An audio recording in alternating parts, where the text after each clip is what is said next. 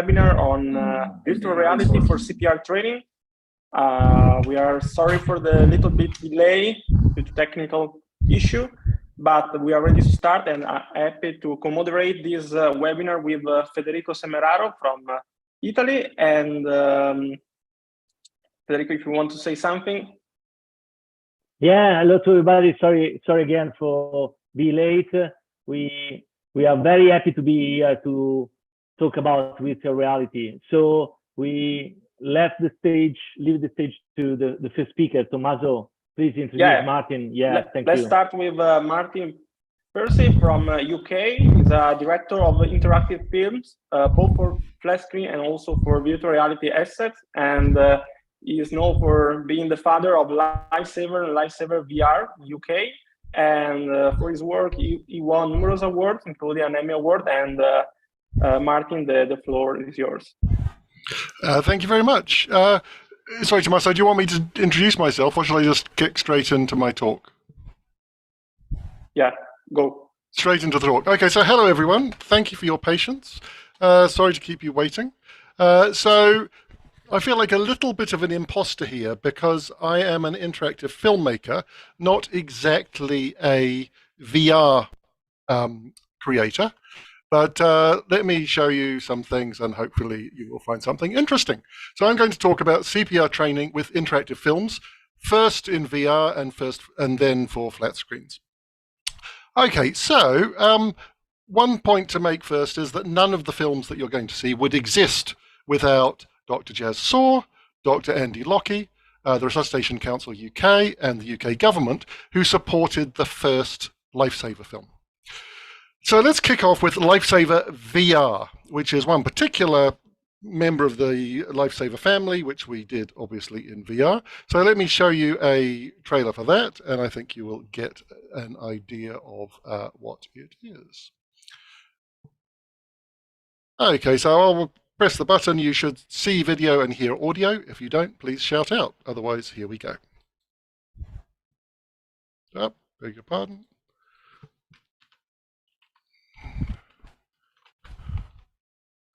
Just a moment.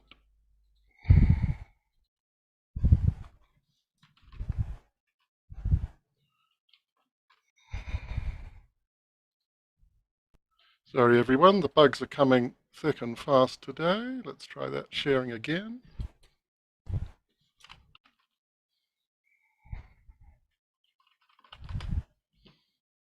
Okay, let's have another go. I'll press the button. You should see video and hear audio. Here we go.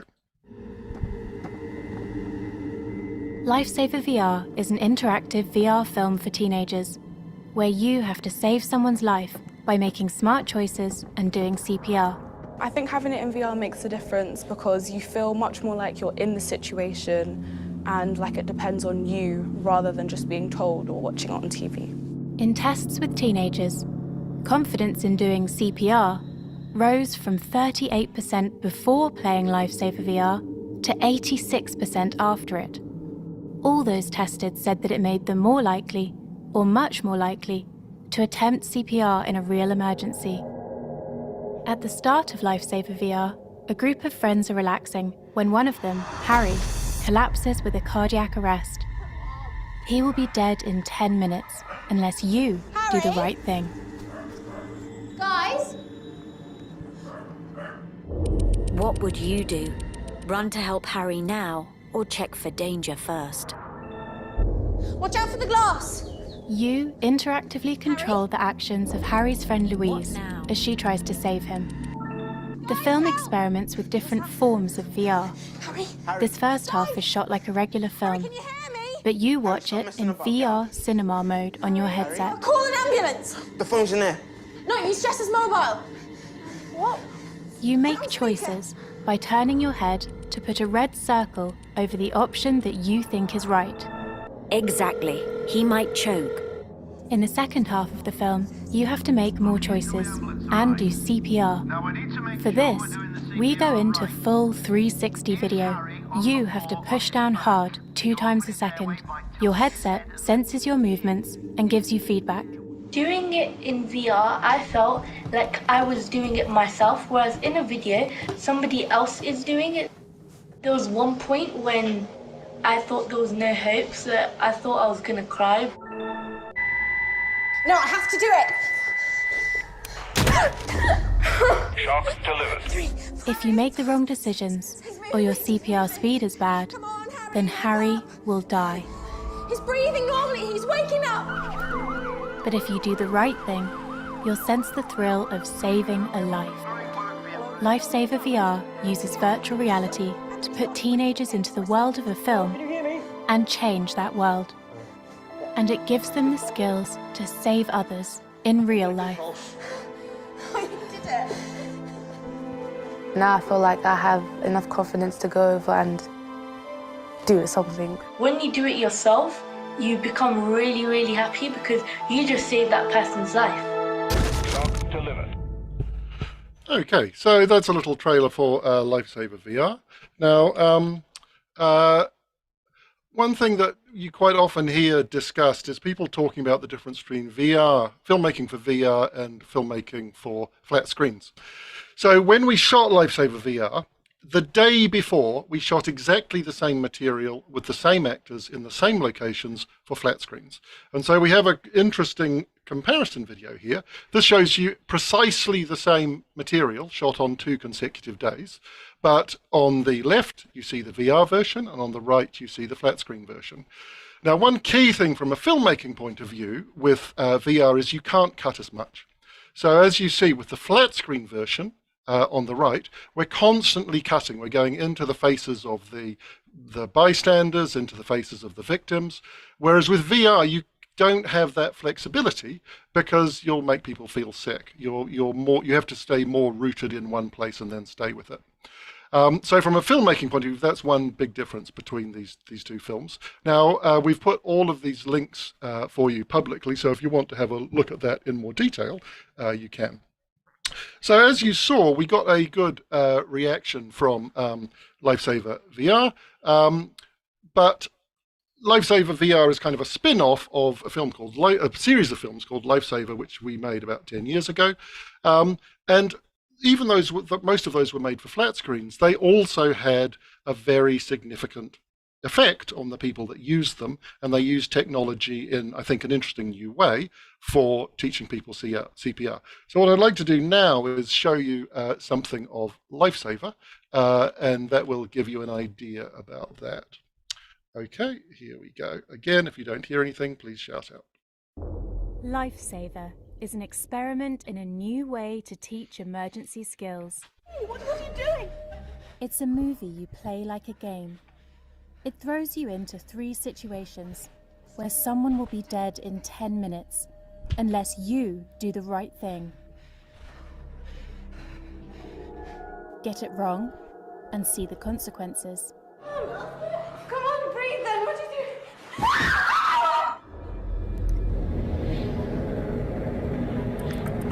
Call for an ambulance. Okay.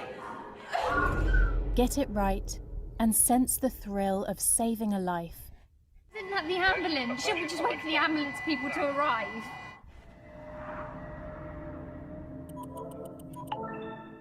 Deliver a shot now. No, he can't wait. Press the flashing orange button. Shot delivered. But does Lifesaver really work?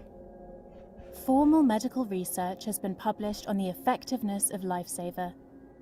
The research was done by a team of British doctors working with 81 school students. It compared Lifesaver with traditional CPR training, which needs CPR mannequins and expert teachers. The research found that Lifesaver by itself is 29% more effective at teaching CPR than traditional training, and it doesn't need CPR mannequins or teachers. The research also found that Lifesaver combined with traditional training is 115% more effective than traditional training alone. And here is someone who has saved a life with Lifesaver. My wife showed me the Lifesaver app at home one evening, and then, literally 2 days later, I was on a lunchtime run along Victoria Embankment in London, when I saw that a jogger had collapsed in front of me. He'd had a cardiac arrest. I knew what to do, and I had the confidence to do it because of the Lifesaver app. The man was in hospital for several weeks, but he survived. On a lighter note for film fans, Lifesaver features the first professional role of Daisy Ridley, star of the new Star Wars films. Lifesaver has won many international awards. Now we want to apply the Lifesaver approach to new areas and save lives worldwide. Thank you so much. Oh, it's okay. I just hope it's okay. Thank you so much. Thank you. Well done. You did a brilliant job. Well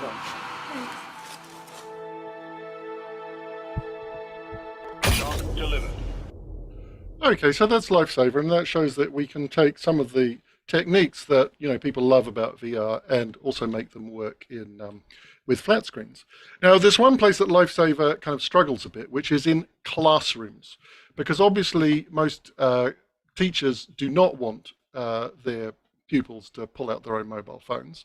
So I got talking to a doctor at the University of Nevada called Dr. Laurel Toft, and I worked with her to create something called Heart Class. And so this is taking the same approach, but here it's for a situation where you've got one computer, one teacher, and 30 kids all watching the screen connected to that one computer. So it's a way that you can teach CPR to a group. So let's have a quick look at that. And the Emmy goes to Heart Class. Mr. Ryan? Alex, guys, come in here. Mr. Ryan? Mr. Ryan, are you okay? For me, it was very realistic. Like, if I was put in that situation, what would I do?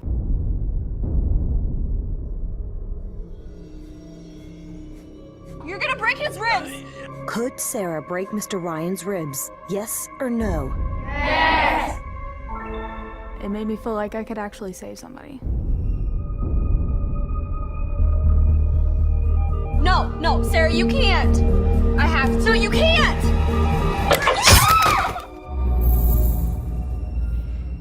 Okay, so that shows you that we also get very good results and great reactions from real users, not just without VR, but with flat screens, and indeed with 30 people sharing one flat screen.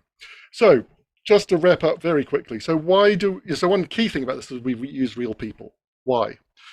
So we do it to simulate the panic of a real crisis, and thus help to overcome the trained bystander effect. You've got a real victim, you've got real people screaming and shouting at you all the way through. Why not do it in CGI? So CGI, much as I love CGI characters, they don't have the same emotional impact as real people. And remember, for many games, this is not a bug, it's an essential feature. With, think of a beat 'em up game or a shoot 'em up game. If you really felt as emotionally engaged with a CGI character as you do shooting a real person, people would get post-traumatic stress disorder just from playing, any normal shoot 'em up game. So it's actually important that CGI characters don't have quite the same emotional impact. So I'd just say beware SOS, shiny object syndrome. VR is great. I love VR, but let's not forget, there are billions of phones and computers in the world. So please also consider innovating with those, even though you won't get Silicon Valley excited. But topics that could be handled by interactive films in VR or flat screens include pediatric CPR, drowning, stroke, stop the bleed, asthma attack, suicide, which I've already done one initial film for, and many, many more. If you're interested in discussing any of this further, I do apologize. I'm going to have to go in about 3 minutes. But I'm Martin Percy. Please don't hesitate to get in touch at martin@martinpercy.com. Thank you very much. Thank you, Martin. Amazing presentation. You replied to my question I have in mind. What is the best way to share VR? So we need to use a mobile phone everywhere. Lifesaver is a very amazing example of non-real VR, but to share content through mobile phone. Thank you again for your amazing presentation. Please keep in touch. If you want to have some, I put on Slido. If you want some content with Martin, please write to him. It's It's a real pleasure to be with you today. And may the force be with you always. Also, because you're involved, you know, you are so lucky because you are involved in one of the characters of Star Wars. So I'm so jealous. Thank you so much. Indeed. She went from lifesaver to lightsabers, as we like to say. Yeah, lifesaver to lightsaber. Thank you, Martin. Thanks, Federico. Thank you, everyone. I'm sure it'll be great. Thank you. Session. Thanks very much. Thank you. Bye. Next speaker from UK to Barcelona, Silvia Aranda Garcia. Welcome. She's a professor in sports science, a researcher interested in out-of-hospital emergencies, education and new technology, and drowning prevention from the University of Barcelona. So, Silvia, we are very happy to hear your presentation, and the stage is yours. Thank you. Okay, thank you, Federico, for introducing me and for the opportunity to share our experience of smart glasses and augmented reality for CPR. I'm going to share my screen.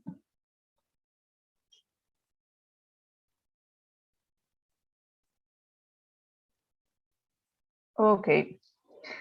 Well, I'm going to speak based on different studies that we made with Roberto Barcala as a leader. Our experience with smart glasses began just over a year ago, and we have done research using smart glasses to video assist in emergencies and also to train CPR. In fact, these two manuscripts, which are being submitted for publication in journals, are related to CPR training. Our aim was to analyze the augmented reality with smart glasses as a basic life support teaching learning tool for lay people.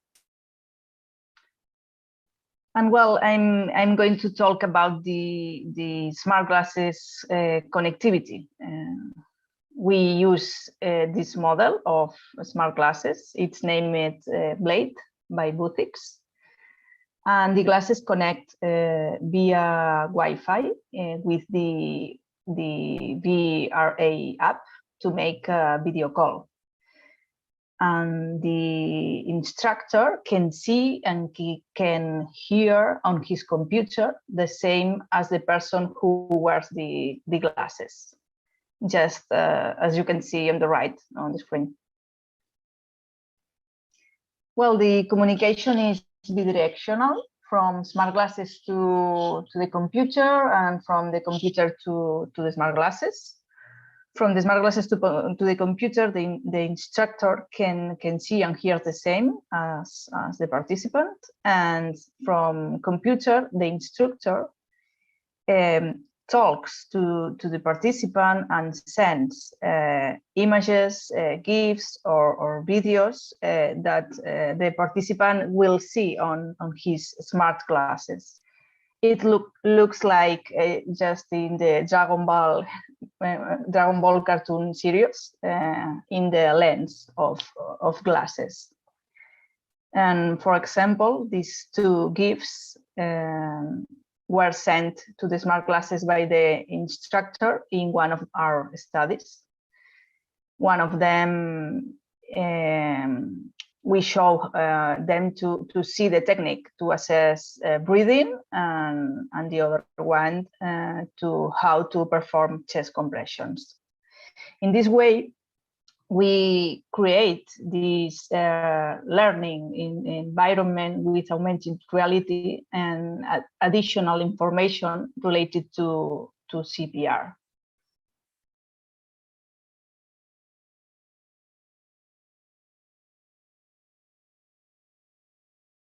This was in a real fisherman CPR training situation that we did on a boat while sailing. And this is the view that the instructor will have on his computer. He was teaching the fisherman how to assess breathing, or or how to use the AID.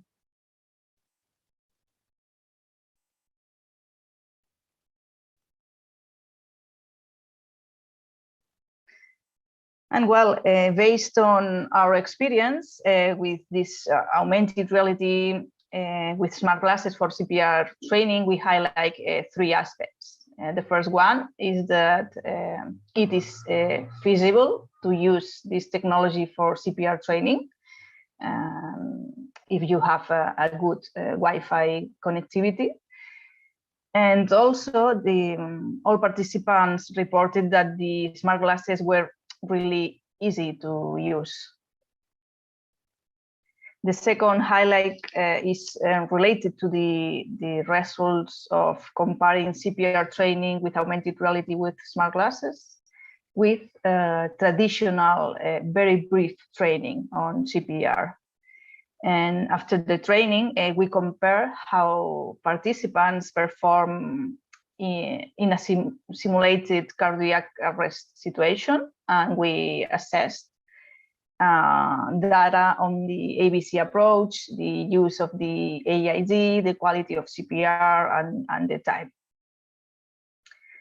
On the ABC approach, we found that only in the breathing assessment there were differences between groups. In this case, in favor of the group of smart glasses, in which everyone did it perfectly.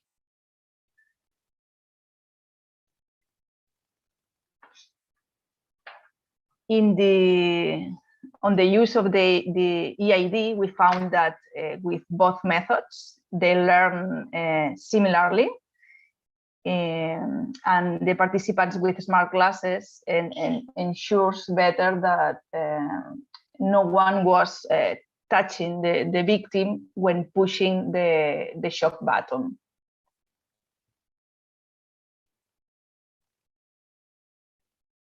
In the variables related to quality of CPR, there were no differences between groups. And the performance of the smart glasses group was the same that the control group with traditional training on CPR. And finally, in action times were similar in both groups, except for the time from the start of the scenario to the arrival of the AID, which was 8 seconds faster on average in the control group. And well, based on these results, in comparison to traditional training, learning with the smart glasses is as good as with traditional face-to-face education. And this including content on the ABC approach, the quality of CPR, and also the use of the AID. The third highlight was that this augmented reality can be applied in different out-of-hospital environments, while sailing on a boat, or of course in a classroom. And all of that also for lay people. We found some limitations. The main limitations that we found was related to the battery duration, which is good for a brief training, but for connection of more than half an hour, it is necessary to connect an external battery. Also, for those participants who have vision problems, such as myopia, they will not be able to see the GIFs well, and wearing the smart glasses over their own glasses was really uncomfortable. With contact lenses, there are no such problems.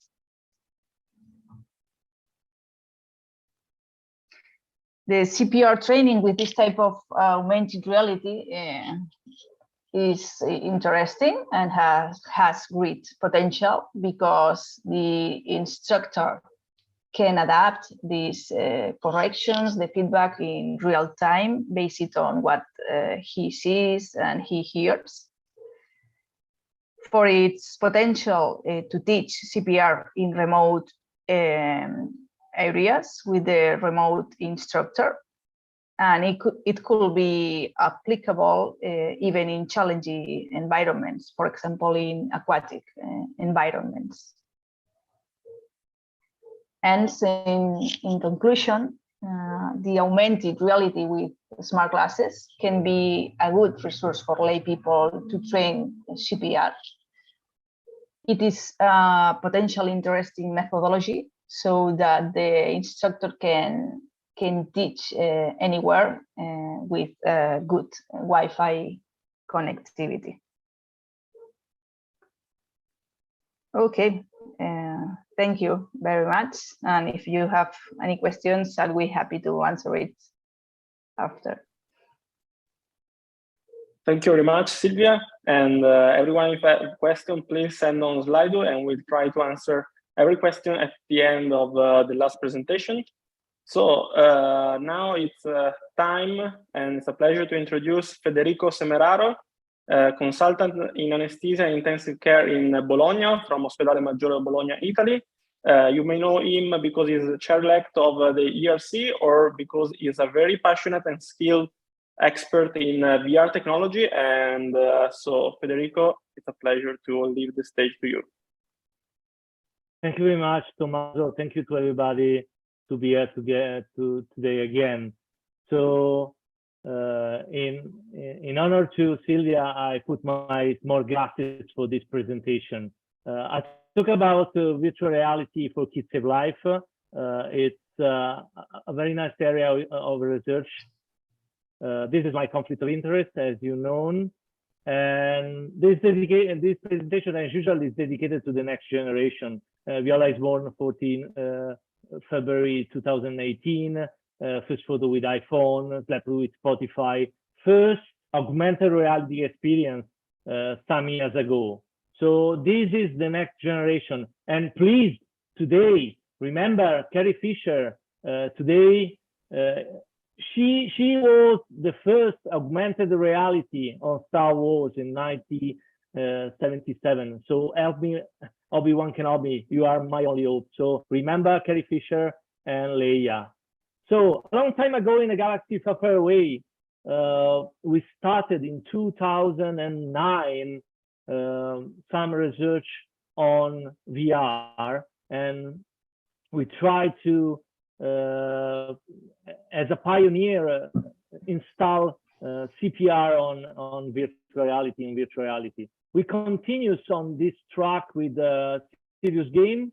We produce a serious game called Relieve, and we publish in Italian, English, and Dutch because we receive a prize from Netherlands, and we use extensively in the school with school children during cardiac arrest awareness. And at that time, we have, again, as a pioneer, we use Relieve with Oculus in its first edition.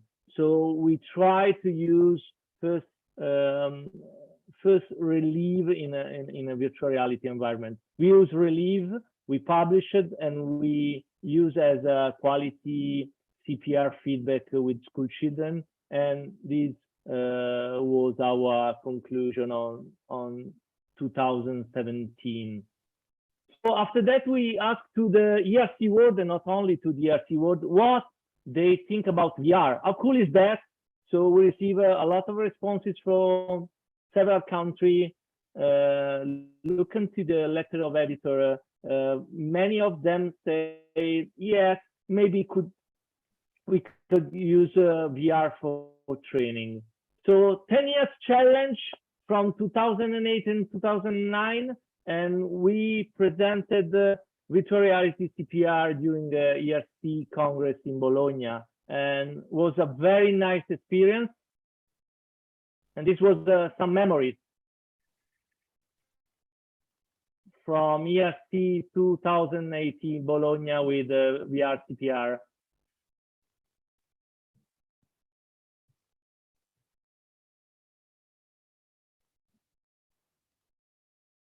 And we use this kind of technology with headset, tracking on the wrist. We all use a technique between Martin spoke about real person. We use photogrammetry. So we take a lot of photo from a real person and we reproduce in VR. So we use photogrammetry in virtual reality. We tested on human, on medical students, only to compare VR CPR with standard reference, the mannequin, only to understand if the motion detection technology to track the movement in the space is similar to a mannequin. This is the Bland-Altman plot of chest compression depth and chest compression rate, comparison between Resuscitation and VR CPR. If you look at the chest compression depth, the difference was only 3.7 millimeters, and the rate is only 1.4. So works. That was our conclusion. We use before pandemia during a pilot course in a BLS course with VR CPR, and we collect data from attendees. And last year we produced a guideline about system-saving life. We are completely convinced that this technology is absolutely okay with kids. So this is the recommendation for Kids Alive. All school children should routinely receive CPR training each year. Based on that, here in Italy, we received some funding, and in collaboration with the Italian Resuscitation Council, we produce a pathway, a program for kids. Imagine from primary school, we use a tale called A Breathtaking Picnic, and we produce the VR version of this tale because we released A Breathtaking Picnic in 2015. For the secondary school, we produce School of CPR VR. These two apps you can use easily with a smartphone, and you can use with a cardboard, with the intention to convince the school children to use Direct Responder is our first responder app to engage population in case of cardiac arrest. This is our program. This is Picnic VR. You can download for free. You can find on Android and iOS. And this was our first event in a primary school. Was amazing. Blended learning with mannequin, with kids in VR, with a tail. They enjoy a lot, and we spread the word in the primary school about CPR training. This is my daughter that play with Breathtaking Picnic. During the tale, you can clap your hands and synchronize your clapping with the fox in the story.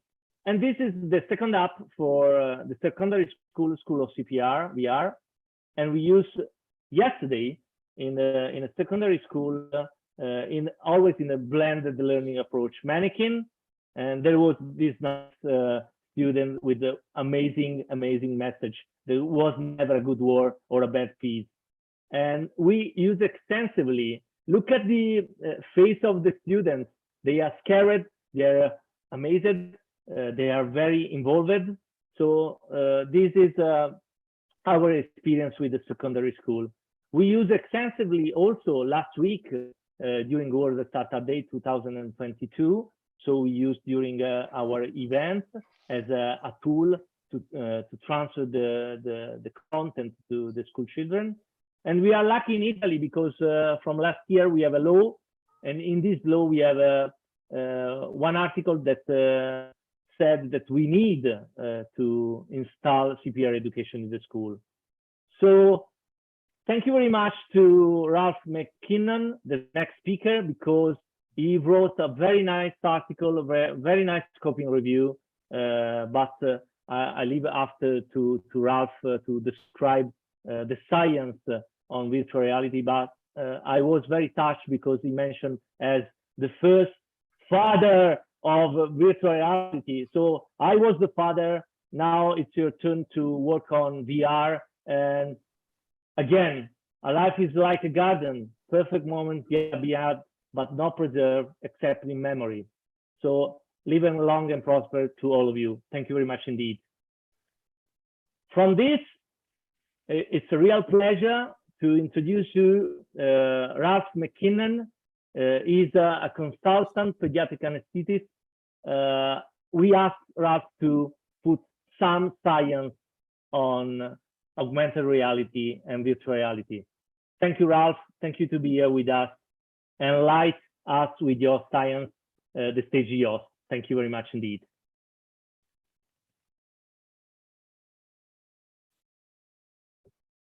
Hi everyone, I hope you can hear me.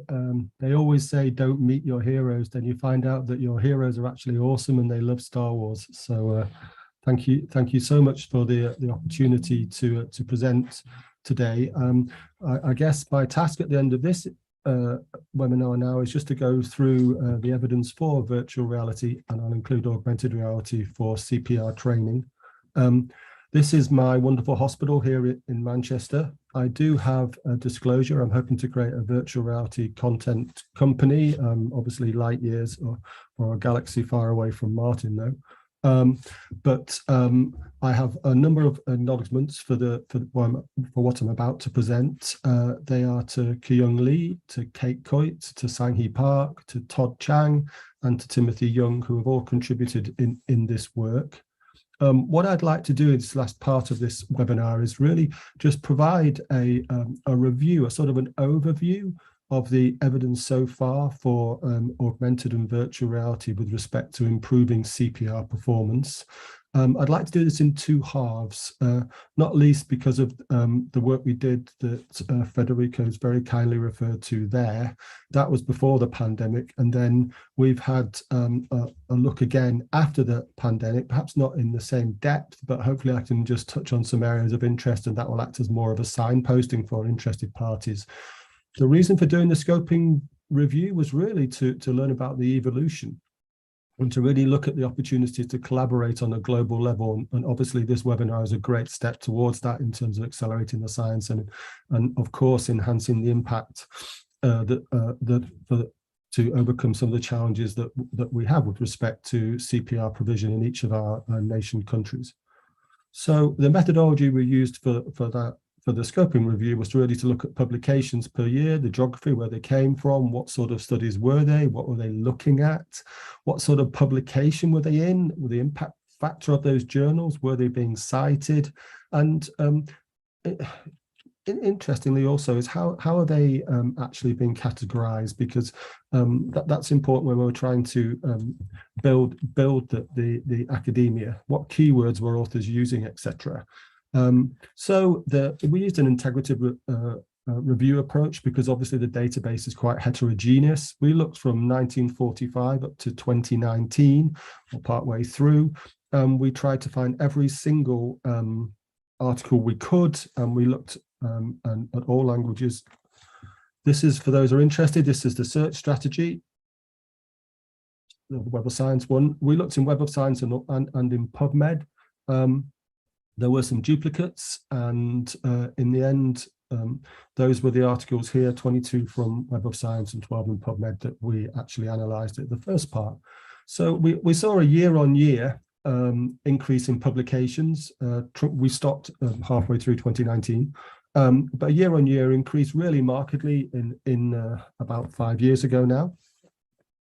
The first countries were, of course, Italy and USA. And we can see that a number of other developed countries were becoming equally involved in contributing to the academia.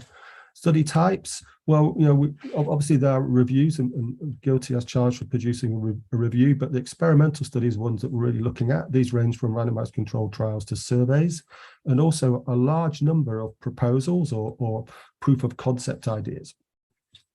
And so we focused on those that were in VR and AR, particularly the studies that were not reviews per se. And we found that 12 of those really looking at how they were describing how they've created CPR simulators and the innovative of work that's been going on there, which Federico's touched on a moment ago, and some were on curriculum designs. And the AR study is really looking at wearable objects or cloths to augment the Laerdal or other company mannequins that are out there.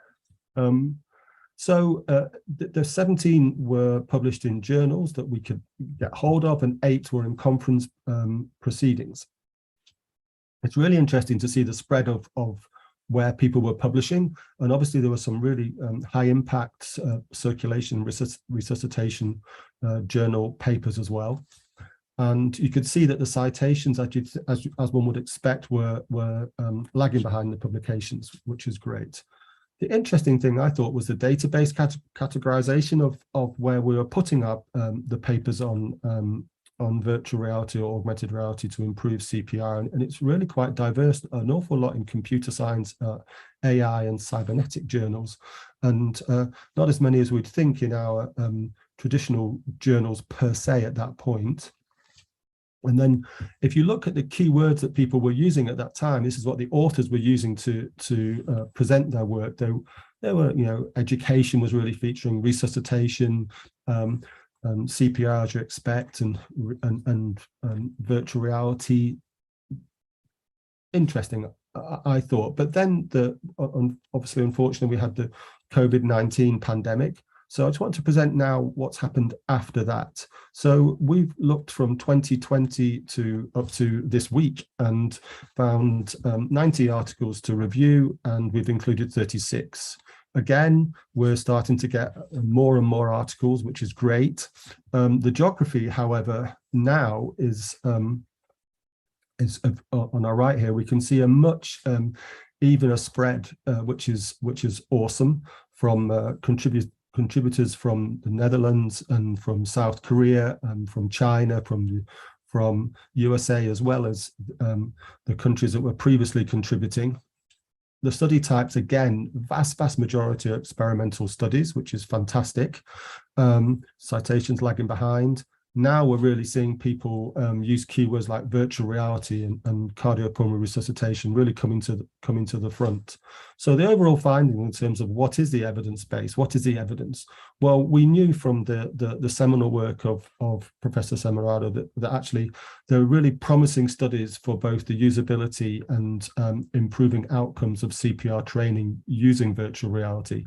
And there was, of course, the consensus piece that's really showed that one of the great benefits of virtual reality, reflecting back on Federico's talk there, was that it speaks to all ages, and particularly young people, with the possibility of doing at-home CPR training using gamification and gaming, particularly focusing on the out-of-hospital cardiac arrest, as Martin said there, and particularly to improve the use of defibrillation in out-of-hospital cardiac arrest. So that's the overall finding, as you'd expect. There's some really interesting, so if you look at the recent experimental studies over the last couple of years, some really interesting innovations.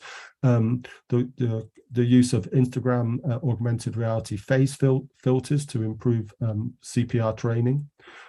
A lot of focus on utilities, as you'd expect with the new innovation with respect to AR application found to be both usable and acceptable. VR, again, found to be safe and low cost. As VR for CPR found to be attractive to users and not inferior to traditional methodologies of teaching, and found to have satisfaction, ease of use. In terms of performance, a recent paper on augmented reality CPR feedback systems showed this significant chest compression performance change closer to the chest compression guidelines. VR studies showed that there was an enhancement in the process quality of basic life support provided. Interesting, again, that the results are diverse in that virtual reality showed no improvement for the willingness of CPR on stranger CPR in a recent study. Also that classic BLS course that we're all completely aware of was found to be superior to virtual reality in teaching technical skills. However, the self-reported learning was improved with the virtuality part of that trial. Again, we've seen the power of the Lifesaver smartphone app, and we know joined together as 115% improvement, etc. We have the studies that previously looked at whether it improved with respect to face-to-face training. Well, when that study was looked at again, it was found to show that actually there was an increase in CPR quality compliance if we use the new quality metrics of rate and depth criteria. There are also some interesting new directions for the use of CPR, in virtual reality CPR, as an alternative method in OSCE stations. And also it's now being used directly post-cardiac surgery to train staff, and there's thought to be a face and content validity with that study. So in conclusion, there's clearly a huge potential to improve CPR training using both virtual reality and augmented reality. And I think we'd all agree that the field is very diverse, but it's maturing. Geographically, we know that there are some very active countries out there, but this is highly dependent on the technology being available. So there's a great emphasis on, and it was great to see those HMDs that were effectively Google Cardboard style HMDs in the presentation previously, just to show that there is a real drive to be as inclusive as possible and as equitable as possible in terms of the tech being available for all. There's clearly a high number of novel innovations, which is going to continue, and the experimental studies show that the field is now really great for research. Obviously, standardization of terminology will help collaboration advance the field, and I think perhaps the most important thing is this is really an opportunity as ever to develop more global collaborative research and perhaps a research network really to help us crystallize all our ongoing research agendas. So thank you for listening, and thank you for allowing me to present at this wonderful webinar.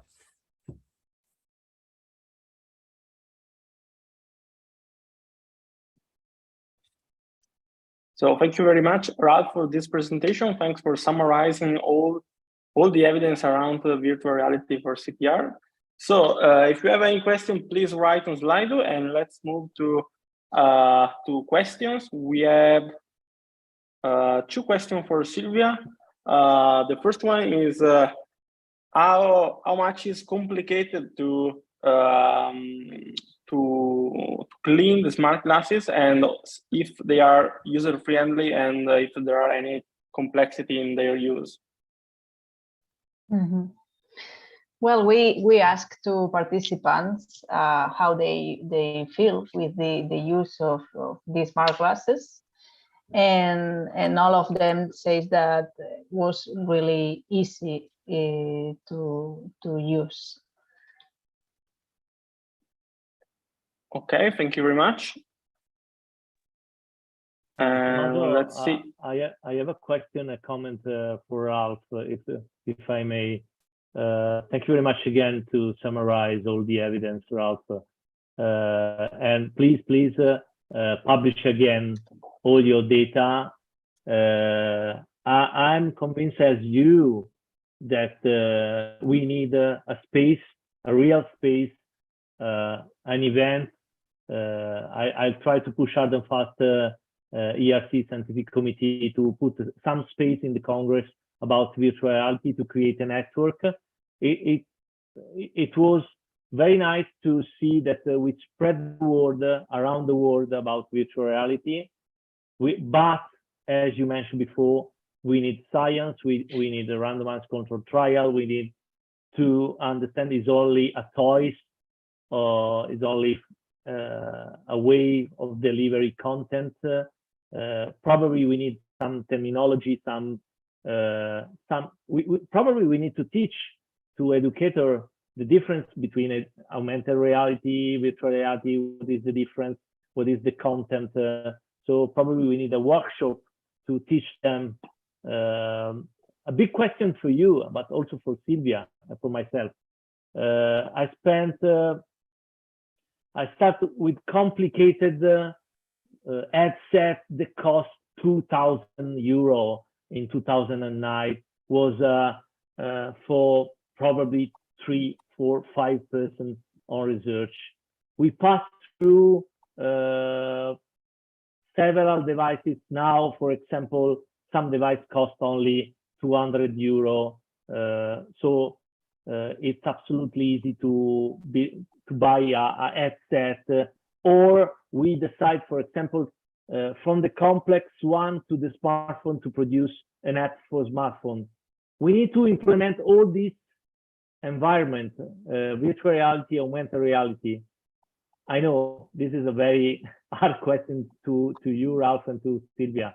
How we can transfer all this content in the real life from a standard of care mannequin, I don't know, tube, all the equipment, how we can transfer all this new technology to the real world. Ralph, you have some tips and tricks, and Silvia is also for you. Ralph, please. Okay, so obviously I don't have an answer to that question, but I have perhaps directions of travel that we can explore. Personally, I loved your Relive game. Manchester is quite famous for gaming, and we've been having really interesting conversations with respect to looking at esports and really looking at, because I mean, esports, there are many more people watching esports than watch the Super Bowl, and it's about 100 million people that watch the Super Bowl each year. So esports is huge, and the concept of Relive or introducing CPR into the gaming environment, I really think will be a, excuse the pun, a game changer. Not in those, I mean, I'm not a huge gamer, not in a shoot-up game, but in more something that's more like a voyage where you're traveling through with companions and you have to save someone, etc. That sort of thing. I think when we can get it much more into that arena, there'll be a profound effect. And also the fun. I mean, I'm clearly biased. I've done projects with Todd Chang with in schools, and I commend you, Federico, and all of the researchers out there that do work in schools. That's really the direction of travel that I think will improve the out of hospital cardiac arrest data for the United Kingdom. And again, huge kudos to Resus Council UK and all the researchers in the United Kingdom that have driven the law changes so that we have that in our curricula in the four nations here, which is absolutely fantastic. But that's where I would really target resources, and the resources can be the whole spectrum that you've articulated. Thank you, Ralph. I definitely agree with 100% of your comments. Silvia, some thoughts from your perspective, and there is also one question for you after on the slide. Yep. Okay. Well, to implement this type of augmented reality with smart glasses, it could be necessary that the population wears this type of wearable. And in fact, currently is not a reality yet. But I trust that in the future it will be, or maybe at least that this kind of technology can be implemented in some places. For example, for CPR programs, or also for video assist in a real emergency situation in a out of hospital environment. Thank you, Silvia. There is a question for you on Slido from Allah. Some time is needed to feel reality in augmented reality. Is it comfortable to teach CPR such way for all participants? This is the question. Not easy to reply to this question. Yeah. Yes, it was. There was a trainer, the instructor can connect like with a video call of your smartphone, but with the smart glasses. And he was talking and sending images and GIFs to the participant, and participant can learn perfectly the CPR with this augmented reality. Thank you, Silvia. As a general comment, accordingly with Ralph, yes, definitely. If you ask me, the future vision of VR definitely should be on school children, because probably this is the way, the tone of voice or the tool that they like to use. Nobody probably over 20 or over 25 will be happy to use VR. I don't know, but definitely school children are very open-minded and are not reluctant to use VR and play game. My dear friends that work in a serious game and gaming don't love the term gamification, but probably some kind of gamification challenge or competition with the use of VR could be part of the story for the future. This is in line with your thoughts, Ralph. But I think we need to keep it simple. Technology will be simple in the next, I think, in 5 years. Also cheaper. So I remain a believer with my conflict of interest, because I spent a lot of my life in VR. But definitely we need to invest time in networking, science, and school children, definitely. Tommaso, any other question from Slido? You are on mute. No? Sorry, there is a question, a couple of questions. The first one is asking an opinion about 360-degree virtual reality videos, and is for you, Federico. Okay. Okay, let's start with this one. Yeah, you can use 36-degree video. As Martin is a real expert. You can use, because you are fully in a real environment. Depends on your. I always because I am always fascinated by real virtual reality. So the reality, like in the video, could be reproduced in the real life. Virtual reality, like the old film, like Tron Legacy, or some sci-fi film, attract me more than the real life. But probably it's my conflict of interest. If you think about the last film from Steven Spielberg about virtual reality, I love that idea, but I'm a little bit scared that probably in the future we can't exactly know if you are in the real life or in virtual reality. This could be a problem for psychologists in the future. Thank you, Federico. Last question, and it is not addressed to a specific speaker, but I read it. They ask if there are any research in using virtual reality for tactical simulation training, for example, tactical emergency casualty care training. Some of you have experiences or? No experience, but several. Ralph say yes with several experience all over the world. Match casualty.